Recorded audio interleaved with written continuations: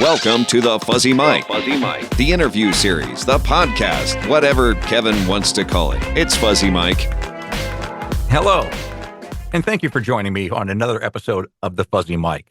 Last week's episode was a different kind of episode. We didn't have a guest, and we talked about a current event that has happened recently in St. Louis, Missouri, the student fight at Hazelwood East High School. And I want to thank you for listening to it. I want to thank you for downloading it, for watching the YouTube version of it. And I want to thank you for your comments about that. And I'm going to share a comment that was received about another episode that we recently did with the Fuzzy Mike. And it's going to lead us to what we're going to discuss today. I am still waiting for responses from some of the guests that I've reached out to about when we can reschedule. And as soon as I hear back from them, I expect that we'll get some experts on, because somebody asked me the other day, you talk about mental health, Klein. Are you a therapist? Are you licensed? Are you a doctor? No, I'm none of the above. What I am, though, is somebody who has spent since 1995, at least every 16 weeks, sometimes even shorter, going to psychiatrists and psychologists. So I do kind of feel like I'm maybe an expert in the field because I've been dealing with it for so long. Basically what this is I'll just share personal stories of my own dealings with my own mental health issues. And then when comments and emails come in and I get permission from the author to share those with you, then I'll do that as well. Like the episode that we did a couple of weeks ago with Akamia Deadweiler, whose book is now available, called Daddy's Little Stranger. Sarah actually reached out to me and talked about a trauma that she had gone through. And Sarah has given me permission to actually read her letter to you.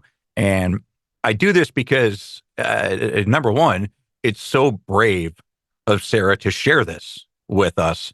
But also, it's incredibly humbling to me that something that happens on the Fuzzy Mike resonates so much with you and actually hit Sarah so deeply that she wanted to share her story with me and with us.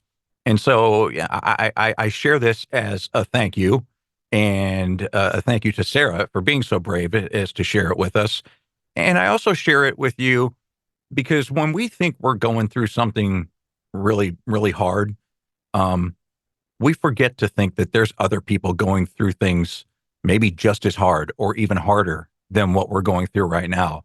And, we talked about Brenda's story a couple of weeks ago and how she was sexually assaulted at 18 and basically shunned by the rest of her family after that happened. And now she's 42 and still dealing with the ramifications and repercussions of that, but she's getting better every day. And now she's a wife and a mother. And it just brings to perspective what we're trying to accomplish with this mental health kind of focus that we have right now with the Fuzzy Mike. And so when I read these words that Sarah wrote us, I want you to think about how when you're going through something bad, that, there's somebody out there who's going through something equally as difficult or maybe even more. So this is a tough read right here. Sarah wrote me after the Akamia Deadweiler episode, and she says, "The moment I knew I had to leave a narcotic addicted husband, when he lit me with gas, I knew I had to go in 4 months. I had witnessed the love bombing and thought we'd fall in love. But for some reason, I've always had concerns that kept me back. While I kept my own life running, over time I realized that my concerns were not for nothing. I found out that he had consumed excessive cocaine for years. Although, according to him, he stopped pretty much when he was with me, I didn't agree. And then he told me that I made him finish life. He drank a lot at first, which I didn't like because in the past, I went out with an alcoholic. But then he seemed to drink less. He admitted to cheating his ex-wife several times. That knocked me down, and I pulled him on it. And I told him how shocked I was. He didn't seem to have much empathy at all for his ex-wife. He always chatted about ex-friends, called them psychopaths and worse, explained domestic problems and struggles they had. I had enough. I made subtle blows to stop him. So Sarah's no longer with this guy. And I think what happens and what you can infer from this is if you have somebody in your life who doesn't have much empathy for an ex or a friend, an ex-friend, who calls them the psychopaths and worse, then somebody who you need to examine as if you believe them or if they're covering up for what they actually are. Because I read this and I'm like, man, I wasn't in that situation. And I obviously know where this story is going because Sarah shared it. But even at the very beginning of this, when she talks about how he lit her with gas and he was love bombing, that right there, those are red flags, man. Those are serious red flags. And Sarah, number one, I am so happy that you got out of that situation. And I'm so happy that you're living a better life now and you're thriving. And I thank you for sharing that horrific story. Anytime you share something like that, you have to relive that experience. And I thank you for sharing that and for allowing me to share that with our listeners. When I'm feeling a little bit down, I'm going to remember you and your words, Sarah, and I'm going to remember Brenda and her words. And I'm not going to remember it because I'm going to compare myself to the level of, I guess, torture that you had to go through. But I'm going to use it to remind myself that there's somebody out there who's struggling like I am, and I'm not alone. And so maybe if I focus my energy on the way that you're feeling and not the way I'm feeling, maybe that will change my way of thinking and maybe I'll pull out of it a little bit sooner, a little bit faster. So thank you, Sarah. I appreciate that. I also wanted to share a little snippet of the upcoming Tuttle and Klein podcast that I'm a part of. My former radio partner and I are back together. We spent 28 years on the radio together, and I retired. He semi-retired, and now we're back together doing a podcast with new episodes every Wednesday. But we don't go in with a script, and we don't have anything in particular planned for any episode. And this one kind of went off in a weird direction. We talked about things and how we can't be offended. Okay. We just will not allow words to offend us. And we were talking about that. And it led us to talking about things that maybe we've done in the past that we regret. And I used this example of how I knew at this particular point in our relationship, this was very early, that he could not be offended. No, you and I agree with this. Nothing could ever be said to me that would offend me. Nothing. Okay. I mean, you can blast me with honky cracker, all that. I laugh at that, but then funny. Again, and Eddie Murphy, remember when he did, "Hey, I'm the white guy," on Saturday Night Live, his white guy stuff, and the Wayans brothers when they did the white shit. I don't care.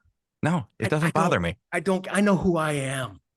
And here's the example that I was going to use to perfectly illustrate that you can't offend Tim. Okay. I was so mad when you did not tell me that you were going to Indiana for your dad's funeral. You didn't tell me.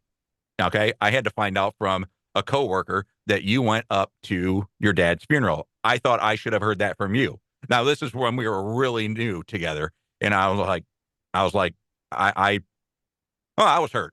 Okay. Yeah. But Kev, it was like 2 a.m, 1 a.m. I get it. I know that. And my mind is elsewhere. My dad just died, dude. Totally understood. And now I understand it. Yeah. Okay. But I thought, well, he doesn't like me and, he doesn't respect me and I don't mean anything to him. And so that was the chip that I was wearing. And when you came back, I did say, I'm sorry. But my comment, and you got to understand, Tim's dad was his fucking hero. And my comment, because I was still butthurt, was, cancer's just population control. And he did not punch me. He did not punch me. No, because that's a bullshit thing to say. It was. But and this is how I think is I actually felt sorry for you that you had to go there and say that in order to soothe whatever shit goes on in your head. Yeah. I felt sorry for you. I was like, wow, man, that is you. I mean, you just scraped the bottom. You took that pool skimmer and you went straight to the bottom where the scum is there. Yeah. And I felt bad for you. I was like, man, that's something that probably down the road you're like, oh, I shouldn't have said that. Oh, that's probably, I don't have a lot of regrets. That's definitely one of the top three. Yeah. When Yeah. you said, I'm glad your dad died, it's population control. I didn't say I'm glad he died. I did not say that. I said, okay, that's how I have it in my head. Yeah. That's how the story goes on. Here's what Kevin did. He said he was so mad. He said, I'm glad your dad died from cancer. And then he kicked my dad's corpse. He kicked it. Yeah. And he said every single year on this date that he died, I'm going to come to his grave and take a shit on it. That's what Kevin said to me. It's not, but that's the depth of hurt that probably should have or would have caused you. I know. And that's why I'm saying it, you can't offend us, because if that didn't offend him, I don't think anything can. I've held on to that for, since 1996. So I don't know how many years that is. I suck at math.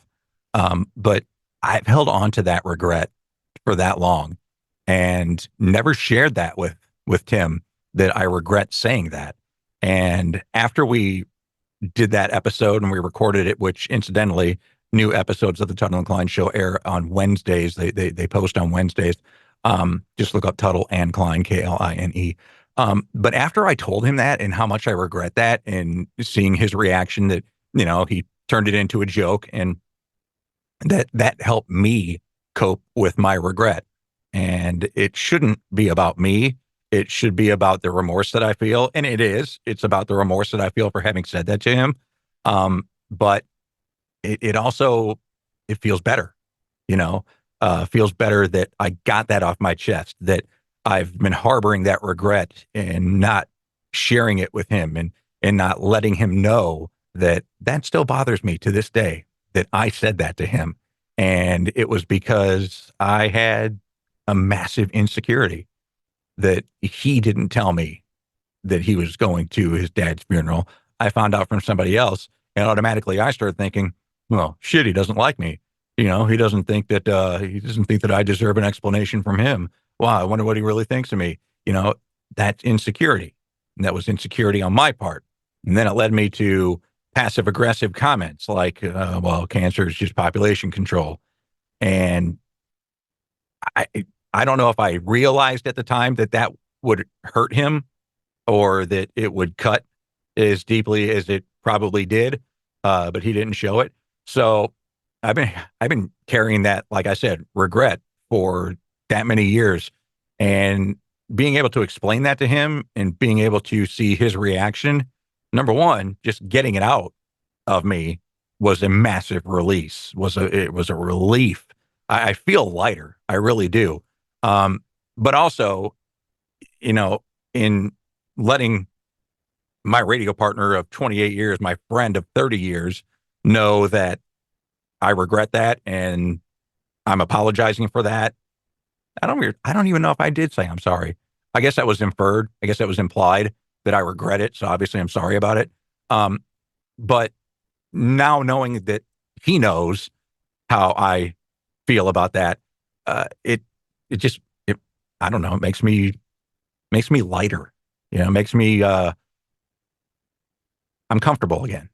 And maybe that's a stupid word to use, but I thought about that often, and it was just weird how that came up in conversation during our episode. But basically what I'm getting at is, if there's something weighing you down, if there's something that is causing you a heavy feeling, and you can do something about it, do it. If there's something that you said in the past that you want to make amends for, do it. If somebody has wronged you in your life and they're still in your life, and you just can't get over this, I don't know, find a tactful way to bring it up. You know, like I hate conflict. I really do. I will avoid conflict at all costs, any kind of conflict. And for me to bring that up with Tim, was, I mean, we're in a way better place now. We're in a way different place than what we were then. But even so, that could have caused conflict. That could have caused a discussion that would have been uncomfortable. And I would have only had myself to, blame, I guess, for that. But what I'm saying is, if you're going through a situation where you might have said something wrong in the past and it's causing you discomfort, get it out in the open. Get it out in the open. I am here to tell you that I feel so much better now that Tim and I are on the same page with this, and that I've said what I said and how it made me feel. So, if you have that opportunity, definitely take that opportunity. And if you're going through something as tragic and as horrific as what Sarah has gone through in the past, and you're in it right now, there's got to be a friend that you can reach out to. There's got to be somebody in your life that can lend an ear or can give you an outside perspective. When you're in that, you might not be able to see it.